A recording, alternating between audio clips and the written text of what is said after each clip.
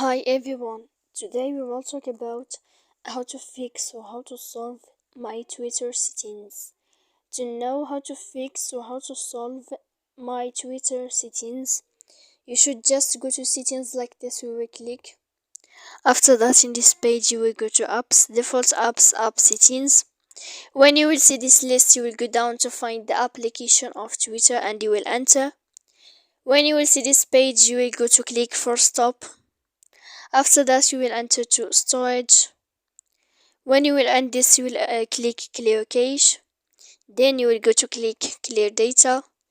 And after all that, when you will end this and when you will know how to fix or how to solve your Twitter settings, you should just go to turn off your phone. So please don't forget to support us by like and subscribe. See you next time in another video, and thank you for watching.